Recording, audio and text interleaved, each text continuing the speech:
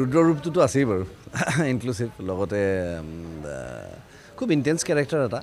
যাৰ বহু ঘাত প্ৰতিঘাত সংঘাত আছে জীৱনত যিবোৰ লুকুৱাই তেওঁ এটা জেগাত এক অজ্ঞাতবাসত থাকে তাৰ পৰা তেওঁ কিয় ওলাই আহিবলগীয়া হয় কিয় তেওঁ আকৌ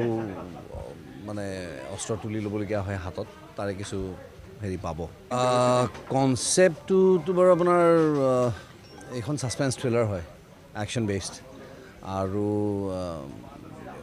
চিনবিলাক কি হ'ব এতিয়া আমি ইণ্টেৰিয়ৰৰ কাম আছে ইনডোৰৰ কাম আছে এখন আমাৰ এটা চৰিত্ৰ মুখ্য চৰিত্ৰ এটাৰ ঘৰ এইটো দেখুৱাম আমি আৰু ইয়াতে আজি আমাৰ ফাৰ্ষ্ট ডে শ্বুটিং গতিকে ঈশ্বৰৰ নাম লৈ আমি আৰম্ভ কৰিছোঁ ৰাইজক কেৱল ইমানখিনি জনাব বিচাৰিছোঁ যে আমি যিটো কাম কৰি আছোঁ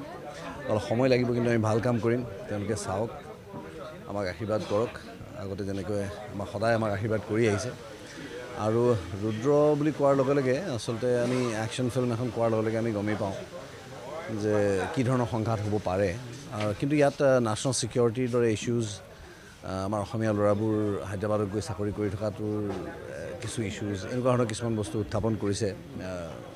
স্ক্ৰিপ্ট ৰাইটাৰে আমাৰ পৰিচালক গতিকে মই খুব আশাবাদী যে এই চিনেমাখন ভাল পাব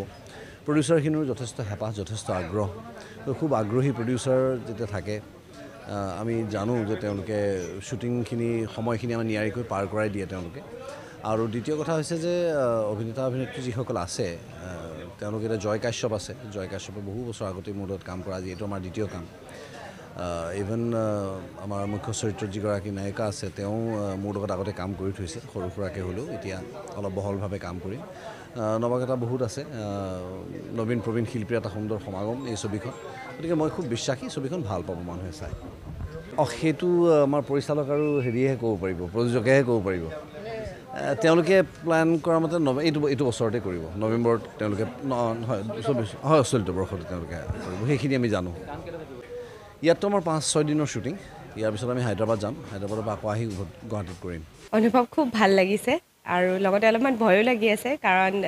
লগত আপোনালোকে জানেই যে আমাৰ সকলোৰে মৰমৰ ৰবিদা আছে আৰু ৰবিদাৰ লগত অভিনয় কৰাৰ মানে কাম মোৰ এইটো দ্বিতীয় কাম আৰু প্ৰথম কাম মই ৰবিদাৰ লগত কৰিছিলোঁ 2006ত এখন VCDখনৰ নাম আছিলে ৰামধেনু আৰু সেই ৰামধেনুখনৰ ৰবিদা